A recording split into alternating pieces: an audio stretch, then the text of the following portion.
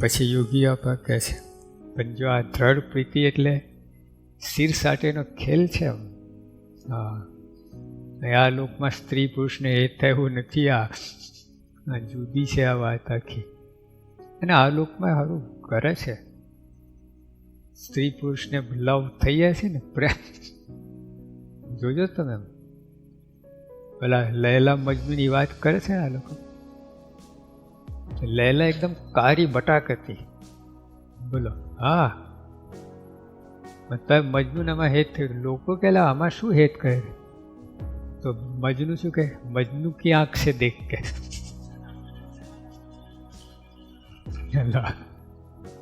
હા, એવું છે. હતું તારી આંખથી તો કાળી જ લાગશે, મારી આંખથી જો કે સોના જેવી દિવ્ય લાગશે. આપણા સત્પુરુષમાં હેત, જો એમાં હેત થાય ને તો જ કામ થયું છે.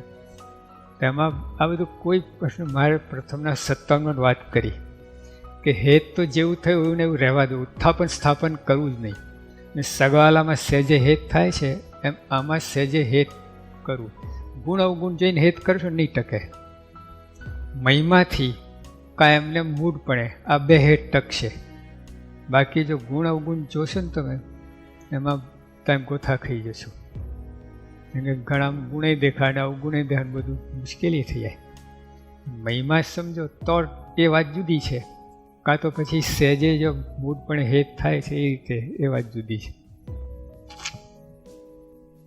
ભગવાન સંત વિના ન રહેવાય એ હેતના લક્ષણ. એમ માછલાને જેમ જળ જીવન છે તેમ સત્પુરુષ પોતાનું જીવન થાય. જો માછલુંને તમે પાણીમાં બહાર કાઢો ને, ફફડીને મરી જાય. પાણીની અંદર બધી ક્રિયા કરે, ખાય પીએ, હરે ફરે, શ્વાસ લે, સૂઈ જાય, મૈથુન કરે, બધું પાણીની અંદર. બહાર કંઈ ના કરી શકે. આવા ભગવાન સંત છે એ ભગવાનમાં રહીને જ બધી ક્રિયા કરે. ભગવાનથી નોખા પડી જ ના શકે. ફફડી જાય, માથું તારું ફાટી જાય.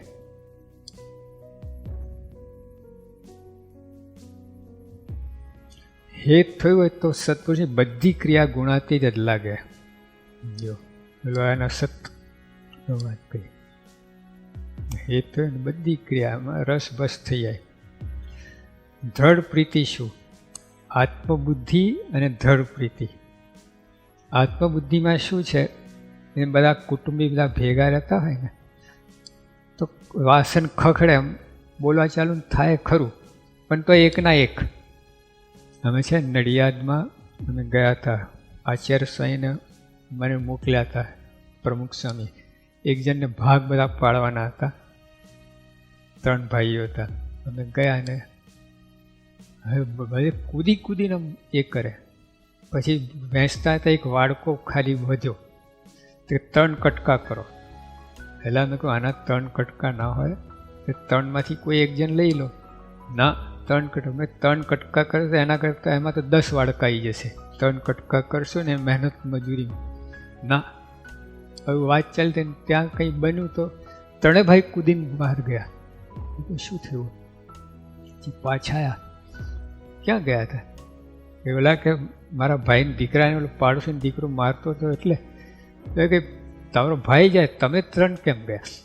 ગયા એમ સાહેબ તો બધા એક છીએ. લો અંદર અંદર ભલે વાડકાને 3 કટકા કહી, આમ બીજાના કટકા કહી નાખીએ. જો આત્મબુદ્ધિ આમ કેટલા વળતા હતા, કૂદી કૂદીને ઊભા થઈને 3 કટકા કરવા વાડકા. પણ આમ એકના એક હતા, એ આત્મબુદ્ધિ. પણ દ્રઢ પ્રીતિ શું? બોલવાનું જ ના થાય. 3 કટકા વાડકા કાંઈ નહીં, બિલકુલ આમ સત્પુરુષ સાથે બોલાને એકદમ રસ બસ. એના એની ઈચ્છા પ્રમાણે જ બધું કરે. પોતાનું મત, પોતાની ઈચ્છા કંઈ નોખું પડે જ નહીં. સત્પુરુષે જ પોતાનું જીવન થઈ જાય, સર્વસ્વ થઈ જાય. એ દ્રઢ પ્રીતિ. તો તમે ખાંડને પાણી નાખ્યું ને, પછી પાણી ઉડી જાય તો ખાંડ નીચે જ દેખાય. પણ દૂધમાં સાકર ભરી અને નોખી ના પડે. તેમ પાણી ઉડાડી દો તો માવો થાય, પણ માવાની અંદરથી ખાંડ જુદી ના પડે. બારી નાખો કરો તો ખાંડ જુદી ના પડે, ભેગી ભરી જાય. એમ સ્વામી કહ્યું કે આવી રીતે જો હોય સત્પુરુષ સાથે હેત તો એ દ્રઢ પ્રીતિ કહે, અને એવું હોય તો આ ત્રણે ફળ મળે તમને. પછી બીજી વાત કરી, જો મધ્ય 9નું છે વૈષ્ણવ, તો આખું તમારે તત્વજ્ઞાનનું છે. એની અંદર ભગવાન તત્વ સ્વરૂપનું નિરૂપણ છે. અને મહારાજે આગ્રહ રાખ્યો કે આ વાત સમજે જ છૂટકો. પણ પછી મહારાજ એક કલમ મૂકે છે કે જો ભગવાનનો દ્રઢ પ્રીતિ હોય તો વાત સમજાય કે ના સમજાય તો એને કંઈ કરવું રહ્યું નથી. દ્રઢ પ્રીતિ કેટલી મોટી. બાકી મધ્યના 9માં તમારે ભગવાન સ્વરૂપનું ધ્રો થાય એવું તો કરવું જ નહીં. એ રીતે ભગવાન સ્વરૂપ એવી રીતે સમજવું ભગવાન સ્વરૂપનું ધ્રો થાય જ નહીં. પછી સાકાર ને સરોપરી ને એ બધી અંદર વાત આવે. પછી આવા સત્સંગ નારસંગ આવી સાંભળે તો એ લોકો કે આવી વાત તો કંઈ સાંભળી નથી, ન ભૂતો ન ભવિષ્યથી. એટલી જોરદાર વાત છે. પણ તમે મહારાજે કહ્યું કે આ વાત સમજાય કે ના ભગવાન દ્રઢ પ્રીતિ હોય કાંઈ કરવું રહ્યું નથી. કેટલી મોટી વાત થઈ ગઈ. પછી મહારાજ કહે કે જો આ વાત દ્રઢ પ્રીતિ ના હોય તો આ વાત અવશ્ય સમજવી. હા, પ્રીતિ હોય ના ચાલે, દ્રઢ પ્રીતિ એ પ્રીતિ હોય તો આ વાત સમજવી સમજવી જ પડે. બીજી વાત લખી મહારાજે,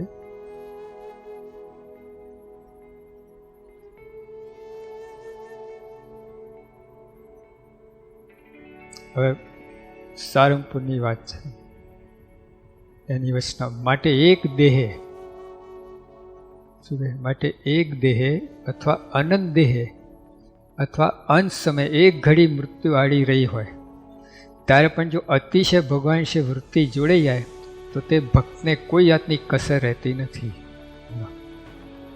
આખી જિંદગી આપણે કસર રહી હોય પણ છેલ્લી અવસ્થામાં છેલ્લે આમ થોડીક પળો બાકી હોય દેહ છૂટવાનું, અને તે વખતે પણ જો ભગવાનમાં અતિશય હેતે કંઈ મન જોડી ગયું, દેહ પડે તને કાંઈ કરું, બધી કસર ટળી જાય. એક જન્મે, અનંત જન્મે અથવા છેલ્લી આડી ઘડી 2-5 સેકન્ડ રહી હોય એટલા વખત પૂરતું પણ જો ભગવાન વૃત્તિ જોડી જાય તને કાંઈ કરવું રહેતું, બધી કસર ટળી જાય. એટલે પ્રીતિનો કેટલો બધો ફાયદો છે. અને આ પ્રીતિ છે ને ભગવાન સંત પોતે ઉપાયભૂત છે. એ જ આવીને પૃથ્વી ઉપર આવીને કરે છે. આપણી તાકાત નથી આ બધું. એમનામાં હેત કરી ઓળખાય જ નહીં. અને એક ચૈત્ર બધા ઊંધા પાડી દેતો, બધાને વિકેટ ઉડાડી દે. એક ચૈત્ર કરે ને એ કરતા જ નથી. જેમ મને એમને વિશે આપણને હેત થાય એ જ વર્ક છે. ના, એક જ ઉપાય છે, સજાતી થાય એના આપણને એમાં હેત થાય એવું નથી. એક મા બાપ પોતાના 4-5 બાળકોને લઈને બીજે ગામ જતા હતા.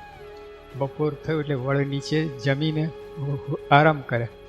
એટલે બાળકોને ઊંઘ આવે ને એ તો રમતા રમતા કાંટાની વાળમાં ઘૂસી ગયા.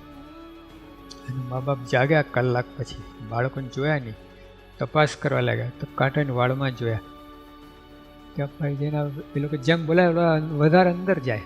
તો આ લોકોથી કાંટાની વાળમાં જવાય નહીં.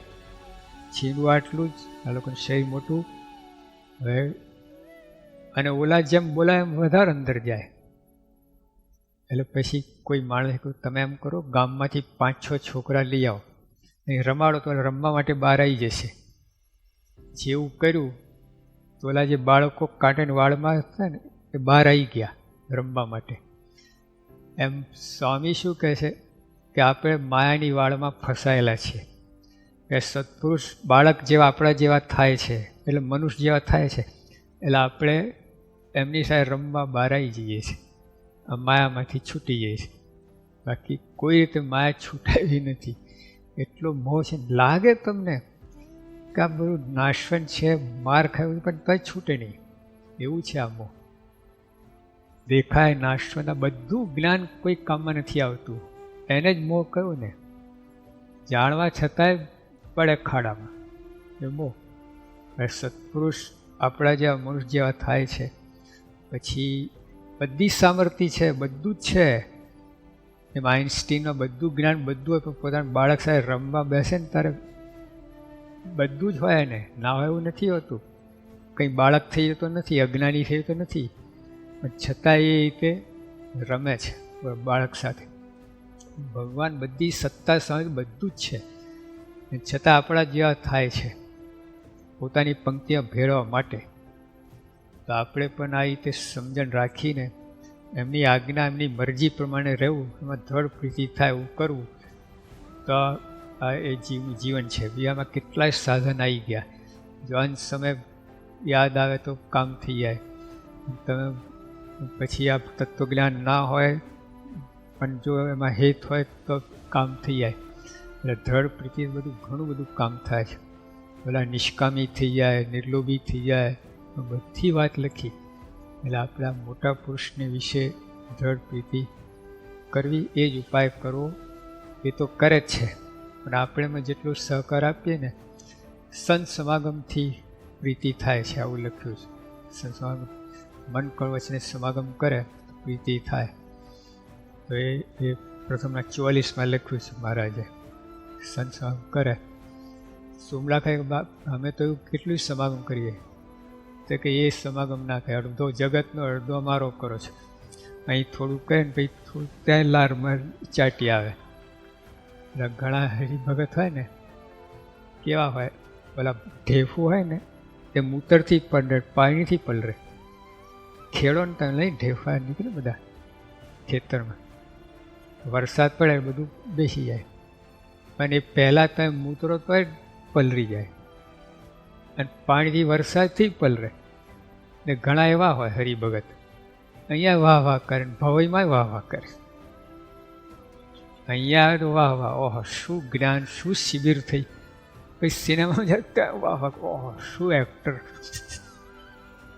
ઢેફા જેવા કહેવાય. કંઈ વિવેક જ નથી. આ ક્યાં ને ઓલું ક્યાં ત્યાં, ઓલું તો નરક પમાડેલું છે ને, આ તો બંધન, કરોડો જન્મનું બંધન છોડાય એવી વાત છે. અહીંયા પ્રીતિ, વિવેક રાખો, સમજો, ભેદ સમજે. તો એ રીતે મોટા પુરુષમાં આવી સમજીને અહીંયા પ્રીતિ કરતા રહે, બીજે ઉખેડતા જવું. સહેજાનંદ સ્વામી મહારાજ.